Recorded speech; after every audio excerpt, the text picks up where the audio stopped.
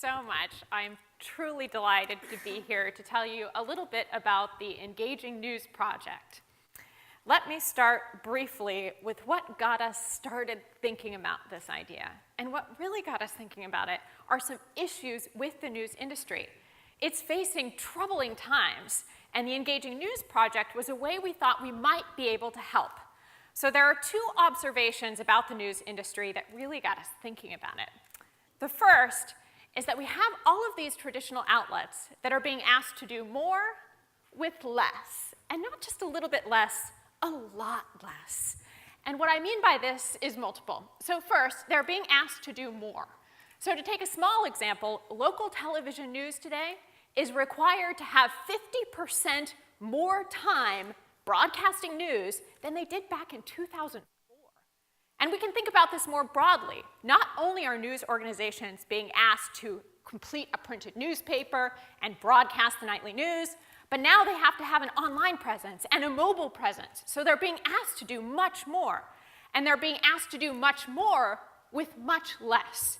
What I mean by much less is, take, for example, the 2011 Information Needs of Communities report prepared for the FCC that said that the number of journalists today is similar to the pre-Watergate era. So they're being asked to cover and spend lots more time on the news with much fewer resources. And the news industry faces another complication.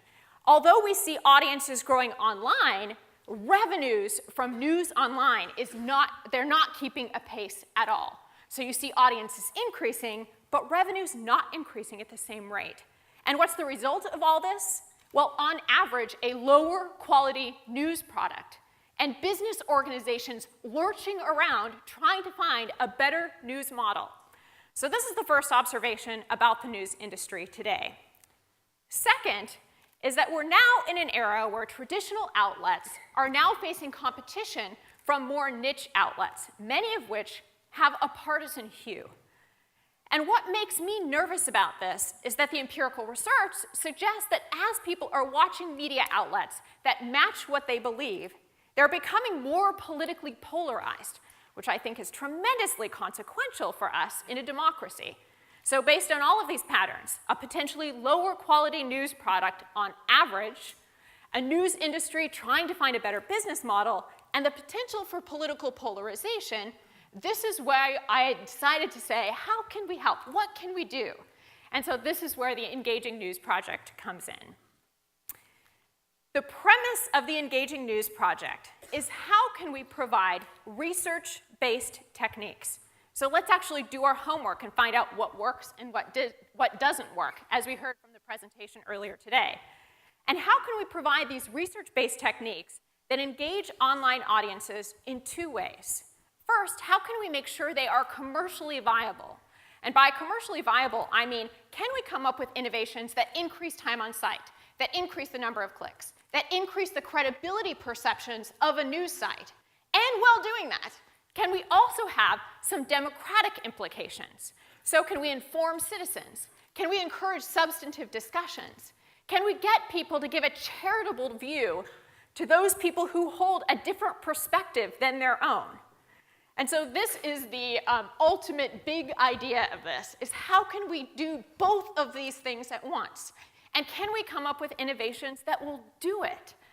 So what I'd like to do today is talk to you about 3 different projects that we've done as a component of the Engaging News Project, and then solicit your help in terms of thinking about a lot more projects that could be done to help this industry in trouble, and this industry that is so vitally important to democracy. So the first project.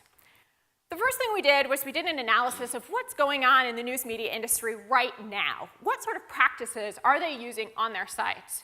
So we analyzed over 100 different news sites to look at what practices they were doing online. And it turns out that one of the big ways in which news media outlets are presently trying to engage audiences is by including polls and quizzes on their homepages. So this is an example from my hometown of Austin, Texas. Right now, our city council has just finished debating whether or not to keep our hike and bike trails open 24 hours per day. And so this is the results of this poll question. Based on the data here, yes, 24%. No, not a good idea, 75%. I'm not quite quite sure what happened to 1% of the folks on this question. But just a question for you. How many of you, on the basis of poll data like this, if you were on the Austin City Council, would you look at this and say, yeah, let's base our public policy on this poll done by this news organization? Yeah, no one, no one. And the truth is, these data are junk. We know they're junk. City council representatives know they're junk. Even news organizations know that the result of these data are junk. The only reason that this poll is being included on the news organization site is to increase interactivity and try to increase your time on page. And so part of the Engaging News Project, we said, can we do better? Is there a way to create interactive, engaging features like this, but do it in a way that doesn't produce junk data upon which you should not rely for any form of public policy or any of your own personal opinions? And so what we did is we decided to test new ways of doing this. So first we proposed a content change.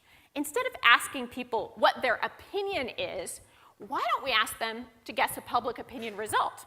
So for example, this poll says, how many people do you think out there actually support the Affordable Care Act? And then the result, after guessing, is the actual public opinion poll data done by established, reputable firms using strong quantitative methods like Pew Research. So people get real data while at the same time having an engaging and interactive experience. We also decided to test format changes. So instead of presenting things in a multiple choice poll, what if we let people play with a slider poll that gives them far more information? Here's what we found. Slider poll educates people better. People find it more engaging. Not only that, it increases time on page. So we've done this in the lab. We've also partnered with a local media organization that tested this live on their site, and we find the results very encouraging. It's a new way to do an old practice that has both democratic and business implications. Another example. We were really interested in how news media organizations are organizing hyperlink prompts on their sites. And right now, the most common way in which they're doing that is by aggregating the results into a most popular category that consists of those links that are most frequently accessed by site visitors. Interesting, but there are many other ways in which people are also organizing hyperlinks, and one of my favorite ones is there's a certain website out there that organizes columnists onto a right-leaning columnist page and a left-leaning columnist page. So it makes it very easy for people to find views with which they agree. And they also try to encourage you to click between these pages with the following prompt. Disagree with the opinions here, check out our left or right-leaning opinions. And this really got us thinking. We had this plucky democratic idea. Is there any way that we could find the right word choice that would encourage people to look at views unlike their own, encourage people to spend more time with news as opposed to entertaining content? And can we do it in a way that might have some business implications as well? Unfortunately, our results were far more complicated than our plucky idealism. So what we did is we created a mock website, and we created some varieties of this website. For some people, it just had a list of hyperlinks like a regular news site. The only change we made to this website is for some folks, we included a little statement prior to the hyperlinks, encouraging them to look at news, encouraging them to look at information on the other side of a particular topic. And we tested 6 different prompts. Can we find the prompt by monitoring people's behavior that encourages them to look at the other side and encourages them to charitably interpret that other side and spend more time on the site? These were our optimistic goals. Here's what we find. Here's 2 examples of our results. First, form accurate opinions by reading different viewpoints. This was the only thing that differed between these 2 pages. Everything else was absolutely identical except the presence of this phrase. There's some reason for democratic optimism. People who surfed the site with this phrase, for some of them, they said, you know, I actually don't think my ideas are quite as strong as I thought they were when I started out here. And for some people, they said, you know what, the other side kind of has a point. So there was some democratic benefit to including this sort of a prompt on a site. There were no business implications, however, so it didn't meet our second criteria that we've set out for ourselves. Another example.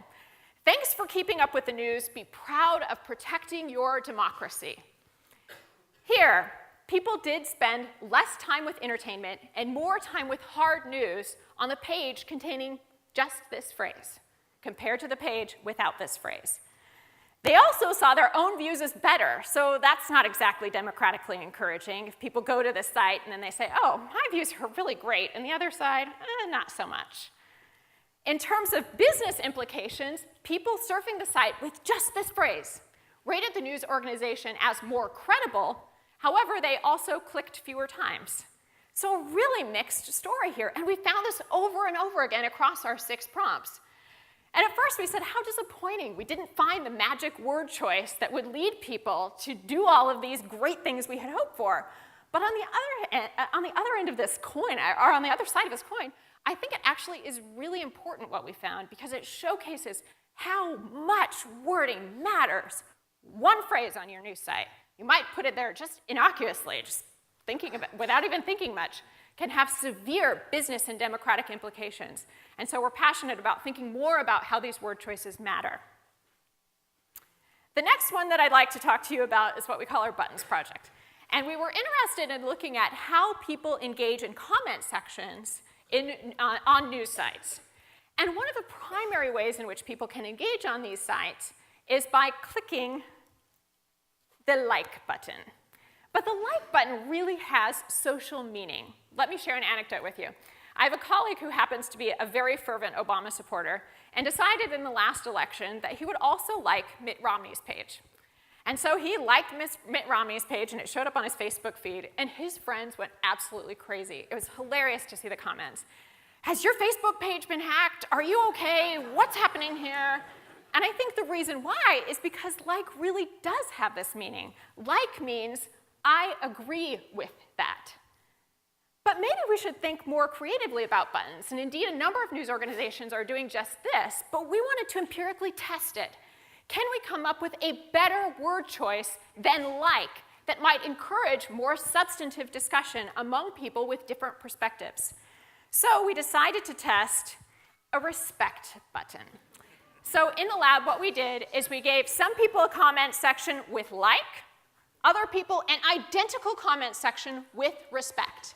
And we tracked what buttons they clicked and how frequently they did so. And you know what? With the respect button, people were more likely to click on counter-attitudinal views. So we think that innovations like this are absolutely the way to go. As part of the Engaging News Project, our overall take is this. This is not a plan to revolutionize the news industry or come in and do a big change and shake things up. While I admire those efforts very much, it's hard to gain traction. So this is a way in which to do real-world, small-scale, important work with news organizations that can be easily implemented.